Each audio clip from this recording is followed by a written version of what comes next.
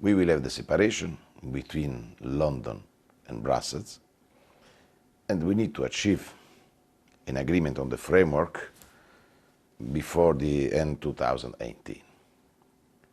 And then we need to start for an agreement for the day after. I think after the British elections, the situation for hard Brexit, in my opinion, is going down. And for this, now it's important to be pragmatic. As I said from the beginning, it's important now to work also for paving the way for the day after. And we start that now. We need to start thinking about that. Exactly. Yeah. The negotiations are starting, but we need to work for the future also.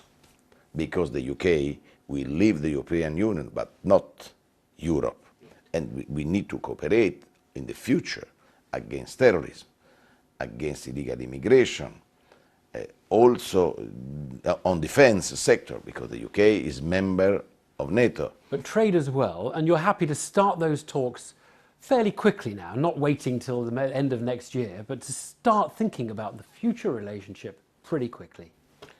No, we need to, before to decide the framework of the separation. Yeah.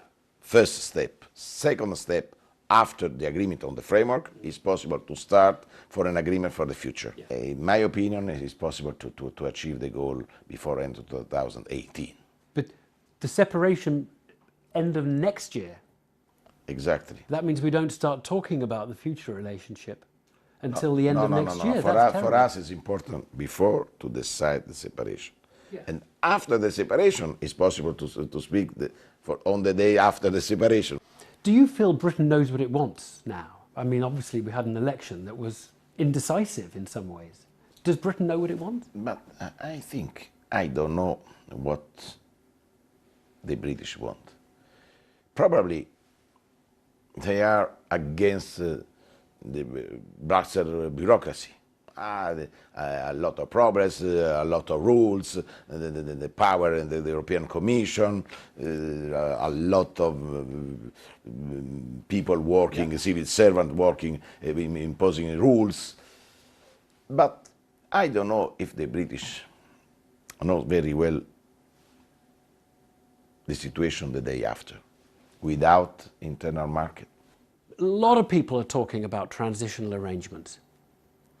I mean, how long do you think transitional arrangements have to run for? 2 years, 3 years, 4 years? No. Short of the European Parliament proposal, a short term for the transition period. Not short term, what's that? 3 years, not more. 3 years, not more than 3 years. Do you feel you know what Britain's negotiating position is on single market, on customs union? Because it's not our job. It's not our job. It's a British job. The UK want to leave the European Union. It's not the European Union against the UK. If they want to leave, the implementation of Article 15, what they want? They want to leave the European Union. They want a model as Norway, as Switzerland, or they want to leave and nothing more.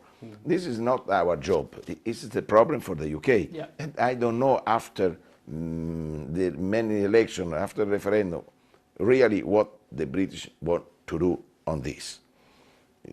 For me, it's important to achieve agreement. I am optimistic, finally. We will have an agreement. The problem in a way at the moment is we don't have a consensus about staying in. Okay, so staying in the EU, impossible because there's no consensus on that. And we don't have a consensus on any one model. Nobody knows. No, yeah. It's possible to change. Okay. Well, it's interesting you say that. But there's no consensus on any model outside the EU. Is there a plausible halfway house? Could you offer us a thing that is outside the EU but allows us to maintain some connection to the EU? Is that something that is possible? More realistic than I said, I am realistic and pragmatic. Yeah? We need to defend our interests and to achieve a good agreement with the UK. The problem is what Mrs. May and what the UK government want to do. They want to leave Europe and nothing more, or they want to have a closer cooperation in the next year. For example, as I said, an example is the cooperation between Europe and Norway. It's a good example, but nobody knows.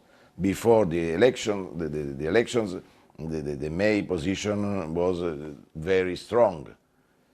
Now, I think in the UK, the situation, the opinion is more flexible, my point of view. But we need, during the negotiation, it's possible to combine it, to decide. I think we don't have a final position on the UK. If the UK want to achieve another agreement, it's possible to do it, but we need to ask the European Union. We want to stay in agreement as Switzerland or as Norway. This is possible to do. It's possible. But in my opinion, it's possible to do, but it's possible to decide on this after a negotiation. For this, I think, it's important to know the real position of the UK. President Tajani, thank you so much. Thank you very much. Thank you very much.